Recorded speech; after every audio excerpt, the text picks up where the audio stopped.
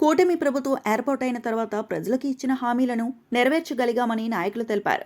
ముఖ్యమంత్రిగా నారా చంద్రబాబు నాయుడు సుస్థిరమైన పాలన అందిస్తున్నారని, దీనికి డిప్యూటీ సీఎం పవన్ కళ్యాణ్ మరియు ప్రధానమంత్రి నరేంద్ర మోడీ మద్దతు ఉన్నట్లు చెప్పారు.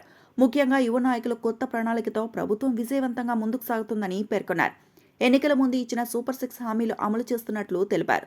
అందులో భాగంగా ఎన్టీఆర్ భరోసా, తల్లికి వందనం, స్త్రీ శక్తి, ఉచిత బస్సు ప్రయాణం, దివ్యాంగులకు ఉచిత ప్రయాణం, ఎక్కడైనా పెన్షన్ తీసుకునే అవకాశం, అన్నదాత సుఖీభవ, దీపం 2, మత్స్యకార భరోసా, నేతన్నలకు ఉచిత విద్యుత్, ఆటో డ్రైవర్ల సేవ, అన్నా క్యాంటీన్, గీత కార్మికులకు దుకాణాల కేటాయింపు, మైనార్టీలకు అవకాశం కల్పించడం, పాస్టర్లు, ఇమాములు, పురోహితులకు గౌరవ వేతనం, మహిళలకు కుట్టు మిషన్లు, డిఎస్సి, కానిస్టేబుల్ నియామకాలు, అంగన్వాడీ సేవలు, బాలింతలకు బేబీ కిట్లు వంటి పథకాలు కొనసాగుతున్నాయి.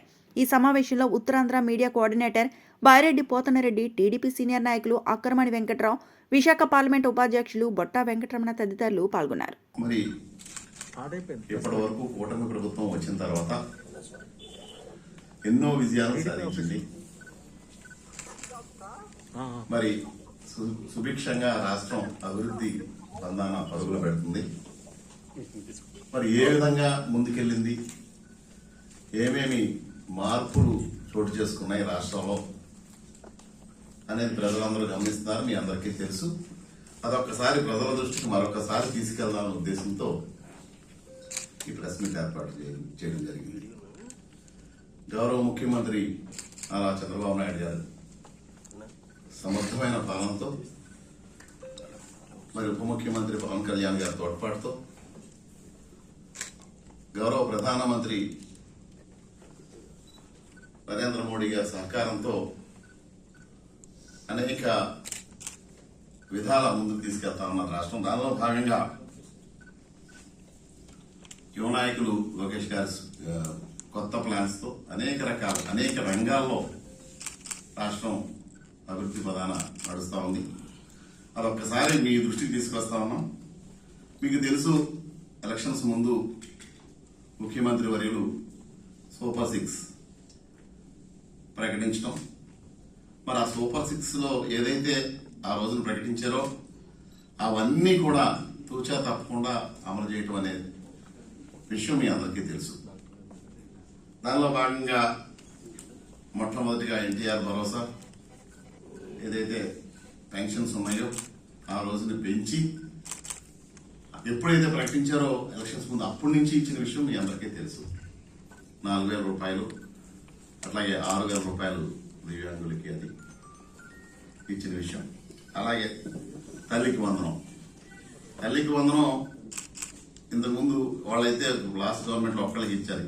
ఈ రోజుని కుటుంబంలో ఎంతమంది ఉన్నారో అంతమందికి కూడా తల్లికి వందనం ఇవ్వటం. దాంట్లో 67.7 lakhs విద్యార్థులకి సాయం చేయబడింది.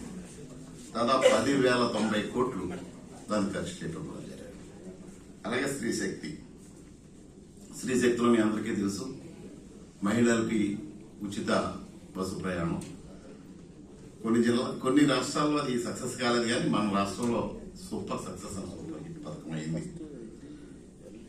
అట్లాగే ఇప్పటి వరకు దానికి 1,144 కోట్ల వ్యయం, 3.25 కోట్ల ప్రయాణాలు జరిగాయి. దివ్యాంగులకు కూడా ఉచిత బస్సు సౌకర్యం కల్పించబడింది. అలాగే వాళ్ళు ఎక్కడైనా పెన్షన్ తీసుకునే అవకాశం కల్పించారు. మరి అన్నదాత సుఖీభవ 46 లక్షల మంది రైతులకి 6,310 కోట్లు రైతుల ఖాతాలో జమ చేసి అన్నదాత సుఖీభవ పథకాన్ని అమలు చేయడం జరిగింది. అలాగే దీపం 2 ప్రతి ఏడాదికి కూడా 3 సిలిండర్లు ఉచితంగా ఇస్తామని ఆ రోజు మేనిఫెస్టోలో ప్రకటించడం. దాదాపు ఇప్పటికీ 2 కోట్ల సిలిండర్లు పంపిణీ చేయడం జరిగింది.